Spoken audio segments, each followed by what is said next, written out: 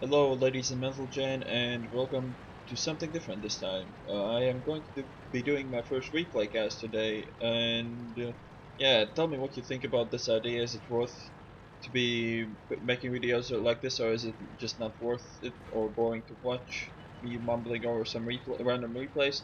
So yeah, in this game, I'm driving my FV215B183, the British Tier 10 tank destroyer, in a Tier 10 game, of course, on Mannheim Line.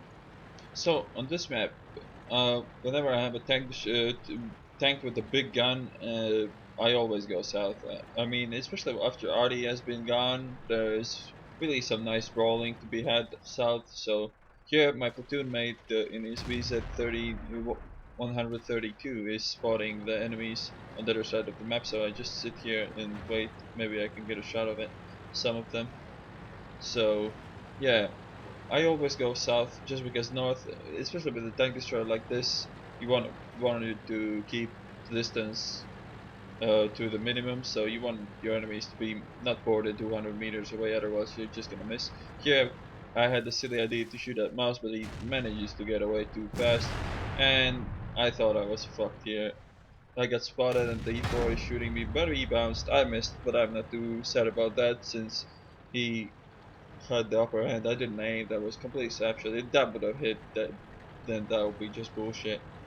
But oh well, I get away unharmed. I got my lesson. Don't fuck around there, and I'm gonna go and off my RTDs and the E100. So I have done a review of this tank already. So if you are interested in watching that, there should be annotation popping up on the screen right now, so you can click it and go watch the review if you're interested in that. But if you want to see just some gameplay, can stick around and watch this. So to quickly remind what are the main features of this tank, it is something like this. You do that if you aim for weak spots. So this thing adds a 183 millimeter gun, and it gets hash ammo with 275 penetration and 1750 average damage. So that was a low roll. That Foch is more or less lucky to be alive at this point. But oh well, shit happens. But here I get lucky. I mean, this was this was just crazy. I didn't aim for shit there, and the shot didn't go where I aimed, but it went right into his lower plate. 1,830 damage, and that guy is sour. And that's the thing about this tank. It can do so massive damage, so much damage in one shot. Like, look at this mouse. He's not angling, not even closely enough. And I'm just gonna put one straight into his front of his turret. 1,514 damage. Again, a low roll, but oh well, shit happens. I ain't complaining about 1,500 roll in the tank. So this E100 is taking all the heat for me, and this is what you really want to do in this tank. You want to let other tanks take all the shots, and you just peek out, shoot, and go back and reload for 24 seconds or around. And here I get first time I get unlucky. I kind of aimed quite a long time this time for that lower plate, but the shot goes into his tracks and does only 597 damage. So at this point, the game doesn't look very nice. We are kind of overrun at this flank, but notice that IS-4 has flanked his enemies, and Snake is here as well, my platoon mate with his WZ, and he is going to flank the object. I'm telling him on TeamSpeak to leave the object for me and get the Foch, and that's exactly what happens. And in in 2 seconds, two tier 10 tank destroyers are gone, and now this looks way better than it did before. Now there's the mouse who is kind of retreating, but he ain't getting far.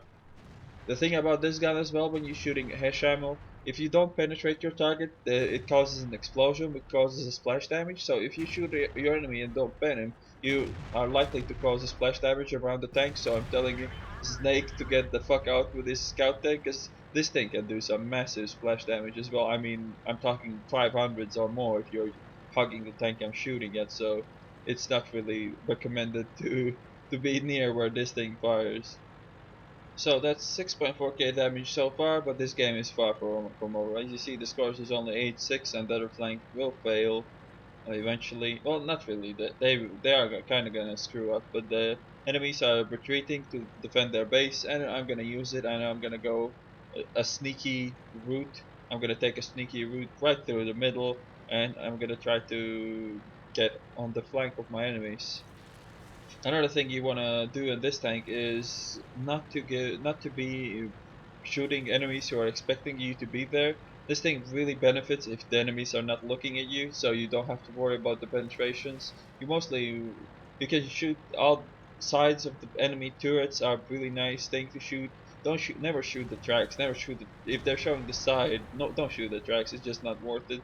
The shot is gonna explode and do max of 700 damage. You should even wait till the enemy tank turns around to face you instead of shooting his tracks, because that's just, yeah, usually have better chances of shooting frontal weak spots than shooting the tracks to penetrate with this thing. So it requires some knowledge about where to shoot what targets. Like a for instance, an IS-7 is really tough not to crack in this thing because it has a lot of spaced armor all around it, on the sides I mean, and tracks act as a spaced armor as well. So you really have to try to get through between the tracks and the spaced armor, or from the front in the lower plate. There's not much other places you can really pen an IS-7 in this thing.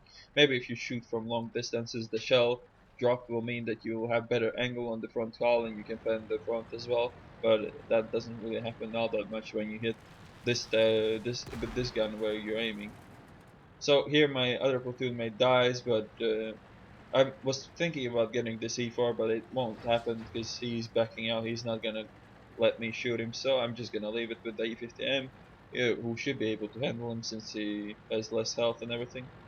And look at this, E100 as facing towards me. Let's aim. He notices that I'm here, but it will be too late. 1,924 health gone, right, just like that. And I've done 9,442 damage so far. I'm really hoping that I can get the 10,000 mark, but we'll have to wait to see if I get it or not.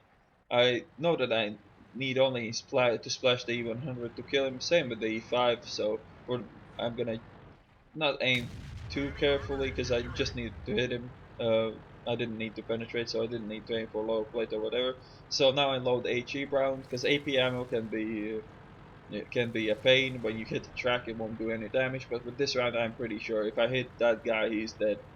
So that's what I'm gonna do. I'm rolling up behind him to take a proper shot.